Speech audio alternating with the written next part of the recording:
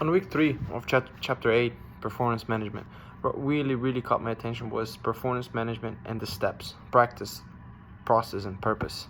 So talking about practice for very briefly, most companies use a paper-driven method to influence the pay rather than to influence the performance of the employees. Next step was process. During this step, the companies, the HR department, they sit down, they set objectives for the company and how to get there, how to get to that final goal, how to achieve that final goal that they had set in the beginning of this process step. And the purpose, and there are 3 different purposes, which is developmental purpose, strategic purpose, and administrative purpose.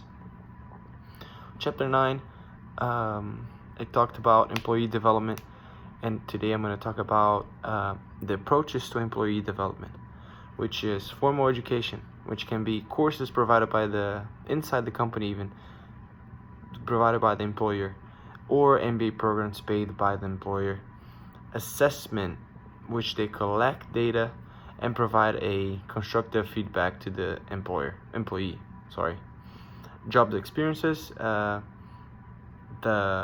development is based on previous experiences, job related, that a specific employee had.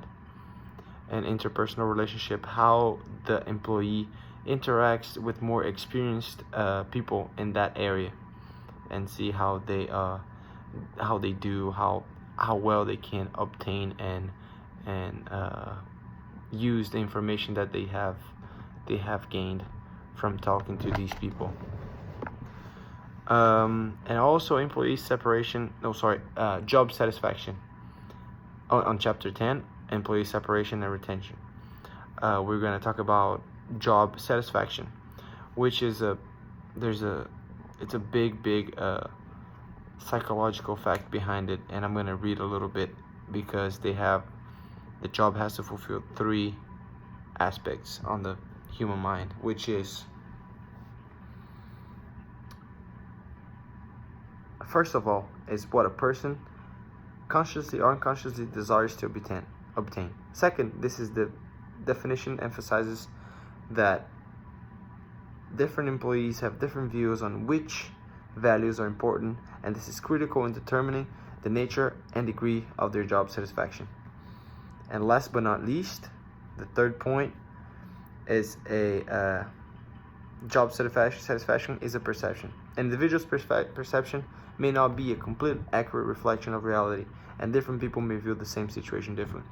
So what it means is that job satisfaction is pretty personal, and what might work for me might not work for you or the next person, but it has to fulfill these 3 aspects. And dissatisfaction, which could be unsafe work conditions, personal dispositions, or tasks and roles that are not satisfying for that specific employee.